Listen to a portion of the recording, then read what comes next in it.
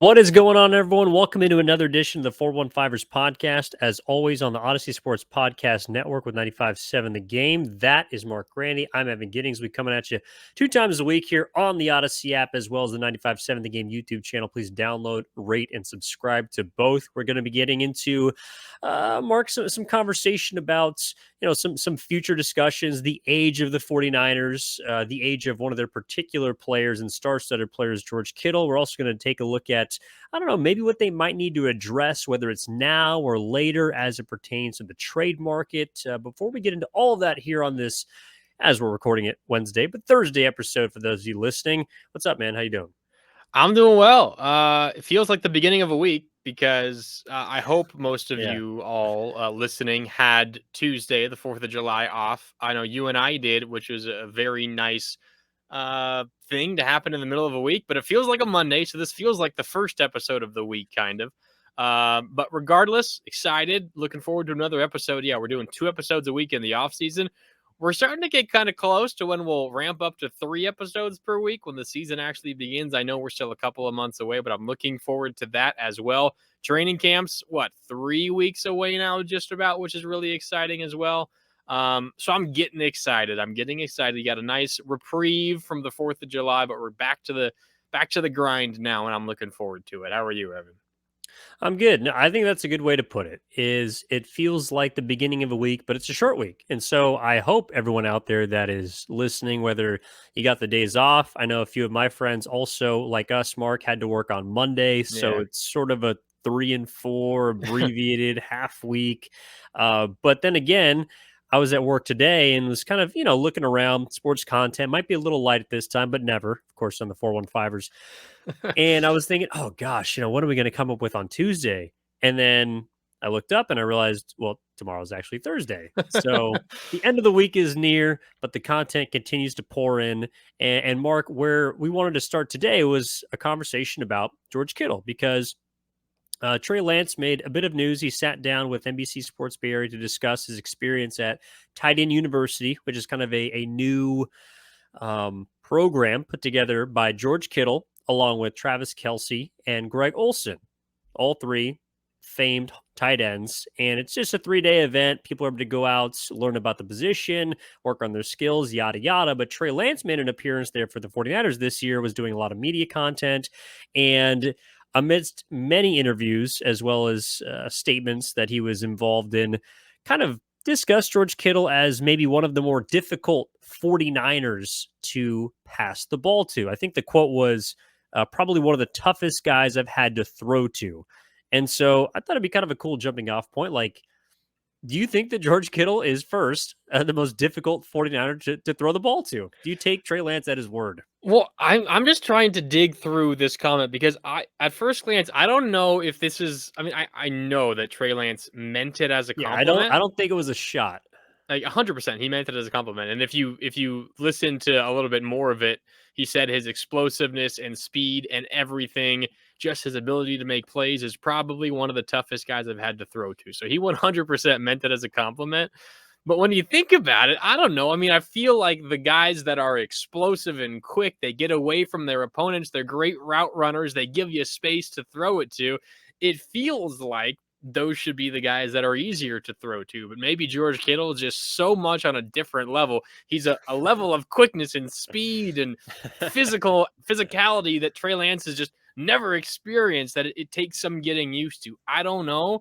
But for me, even before I can dig into what this means about George Kittle, I'm just trying to figure out what the hell this actually means just in general. Is this a good thing? Do you want to be difficult to throw to? Because I think logic says no. If you're a receiver, you're a tight end, you're a running back that's catching passes, you want to make your quarterback's job as easy as possible.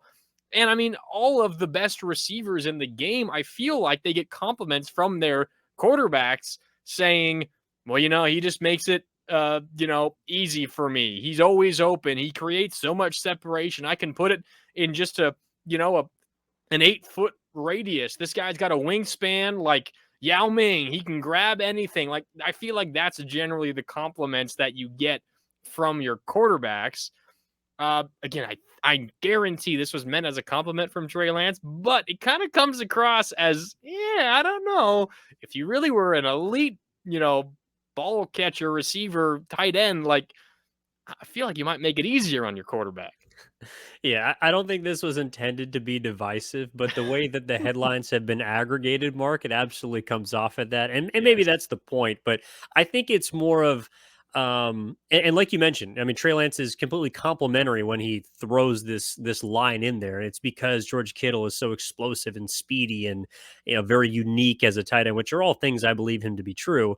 I kind of take it more as Trey Lance hasn't played with a lot of talent in his life. You playing at the FCS level. I've had a chance to see North Dakota State. They're a machine, but of course, in the overall scheme of NCAA football, yes, there is a reason why they're at the FCS level. So yes, he's never had a chance to throw to someone like George Kittle or anybody that has played for the tight end U. Because let's be honest, Mark, I think this idea is pretty cool and where it's based in, which is Tight End University. George Kittle is one of the main proponents of it. It was started in 2021, and they take the name essentially from what they do still and have always kind of called Iowa University because you're getting the big boys from there. You got George Kittle, Noah Fant, TJ Hawkinson also Hmm. went to Iowa, as well as a variety of other, quality tight ends. But a lot of guys seem to come from there. And so that's where the nickname comes from. And then I believe originally the idea of it was a response to kind of these different positional summits that have been started in the last 5 to 10 years. There was I forget which one came first, but there's a pass rushing summit, which is spearheaded by Von Miller, and an offensive line summit, which is spearheaded by Lane Johnson. And I forget which was a response to the other, but I'm pretty sure other people saw, the guys that they're going up against every single week saying, well, that they're all getting together, they're putting their heads together, they're trying to get better. We should do the same.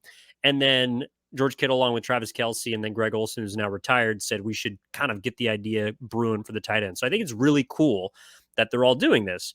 But to me, I don't see it as a whole negative towards Kittle. Um, the one thing that maybe I guess you could point to, Mark, is the fact that when Brock Purdy was throwing George Kittle the ball, he didn't look very difficult to throw to. In fact, he actually has caught more touchdowns per game with Brock Purdy than any other quarterback in 49ers history that he's had a chance to play with. So I don't know. Maybe you read more into that than the actual uniqueness of what Trey Lance was there to quote unquote cover. Yeah, maybe. The other thing that I was thinking of was, well, okay, let's think about the 49ers offense and maybe by default, maybe just by what each, receiver, tight end, running back are asked to do, maybe what George Kittle is asked to do just simply results in the most difficult passes. Maybe it's nothing to do with the individual George Kittle. Maybe it's just within the offense. I'm not so sure that was where my mind went, but as I thought about it a little bit more, I mean, I think generally Brandon Ayuk maybe would be the most difficult to throw to in relation to how they're used in the offense. I mean, Ayuk is more of a consistent deep threat, not necessarily a burner who's just going to run a streak down the sideline and ask for the ball 50 yards through the air. But I think generally, like average depth of target, it would be Brandon Ayuk. But Kittle is probably certainly catching the ball deeper down the field than say Debo Samuel, who oftentimes does a ton of his work around the line of scrimmage. Obviously, Christian McCaffrey is a capable receiver even down the field, but he's going to do the majority of his damage through the passing game close to the line of scrimmage as well. So perhaps just by default, based on the way that this 49ers offense is schemed up, Kittle generally perhaps a little bit more difficult to throw to than Debo Samuel, than Christian McCaffrey. Again, I'm not so sure I'd go as far as saying Brandon Ayuk. I think they're probably relatively complementary. Ayuk and Kittle are in that regard. But maybe it's just part of that as well, because where George Kittle is at his best is generally an area of the field that is a little bit more difficult to get the ball to. So maybe it's just as simple as the way that the 49ers scheme things up for their offense. But I'm 100% with you. Trey Lance was trying his best to be very complimentary, as he always is. He always says the right things. I think he was trying to say the right thing this time. It just came across a little awkwardly, but maybe it's just as simple as the way the Niners offense works in the first place. Yeah, it's interesting. When I thought of the most difficult 49er to throw the ball to, well, first my mind goes, okay, who's playing closest to the line of scrimmage? So that's probably going to eliminate Christian McCaffrey. At least you'd hope that the closest to the Yeah. line of scrimmage passes are the easiest ones to complete. Kittle's a little more down the field. To me, Ayuk with his ability as a route runner, at least when I think of where a quarterback has to go with the ball, it's all about timing, right? So if Mm. you're a precise route runner, you're probably going to be in the right place at the right time. And Ayuk also does a great job of creating separation. So I don't necessarily think he'd be that difficult to throw to, even if it's more down the field beyond 10 yards. The first place my mind went to, Mark, was Debo Samuel, because I don't know this to be true, but I feel like if there's any positional player on that team that would operate a bit more off script, which is also why I believe him to be so good, because I think Debo Samuel is someone that can turn, a broken play into a 55-yard touchdown. And that's something that you can't scheme for as a defense. It also might make it difficult to get the ball into his hands when he wants it, because he might be the first or the second read, but he also might not operate on the same offensive script as maybe some of those other players. So for me, when I hear the question of who's the most difficult to throw the ball to, Kittle doesn't necessarily come up.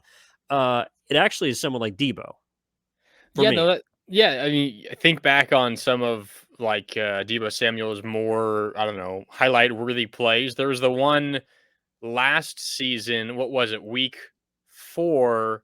It was after Monday night. the Monday night game. It was the week after the disaster in Denver, which was week 3. So week 4 at home, Monday night. It wasn't. Oh, it was a week 4 game. Obviously not a must win, but it was a really important game. The 49ers had looked terrible for a lot of the season up to that point. Jimmy Garoppolo was kind of facing, the music once again. And the Niners come out and absolutely dominate the Rams in thanks in part because of that incredible Debo Samuel play. I forget exactly. It must have been like a 40-yard touchdown, but it was just a simple throw over the middle. I shouldn't say simple. I think Jimmy Garoppolo was under pressure, and you're right. It was kind of a broken play, off script play. He kind of threw it up, and I'm not sure if it was Jalen Ramsey, but there was someone there who easily could have intercepted it. Debo Samuel kind of went up wildly, grabbed it, spun, and then ran, broke a couple of tackles all the way into the end zone. So you're right. Debo Samuel kind of makes a living on broken plays like that as well. So yeah, maybe on Yeah, and average. also he's maybe not the greatest route runner on the team, so Yeah. the odds are there's going to be less separation between him and the defensive back, which in my mind just logically would make the ball more difficult to get him to. You Yeah. know, Yeah.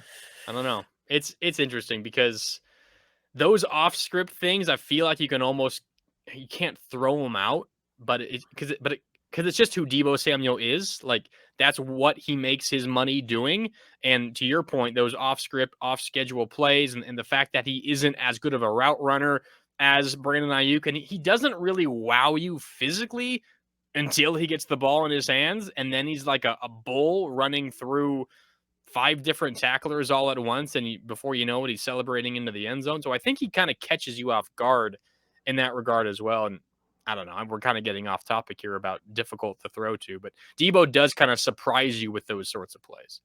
now my last thing on Debo is he seems like the kind of guy that in high school you size up and you're like, well, I can beat this guy in a race, or I can bench press more than this guy. He doesn't seem like he's big, and everyone says that he's good at something, but you don't really see it until you get on a lane next to him. And you're like, all right, we're going to run 100 yards, you and me, and we'll just see. I think I can beat you in a race, or I think I can bench press more than you. And then you actually get on the bench, you get on the track, and he just absolutely dusts He you. And gets you're like, wow, smoked. I did not know that this guy was that incredible of an athlete. That's to me how he feels kind of just watching him each week, Yeah, because you're like, I he's not agree. bigger than any DBs. He's not really faster. And yet he always seems to be burning by guys, and that game speed just shows up. Yeah, no, I 100% agree with you. And it's a part of the reason I know we'll talk about it eventually as we get through the rest of the offseason. It's part of the reason why I think Debo Samuel is going to have a fantastic season is for that reason and the fact that he already seems more focused this offseason. I know we talked about last month how he felt like the distractions of last offseason kind of hurt him in terms of his ability in season. I feel like that's not going to be an issue this year. And for that reason, I think Deebo Samuel is going to have not necessarily a comeback year, but he's going to remind everyone why he got the contract that he did.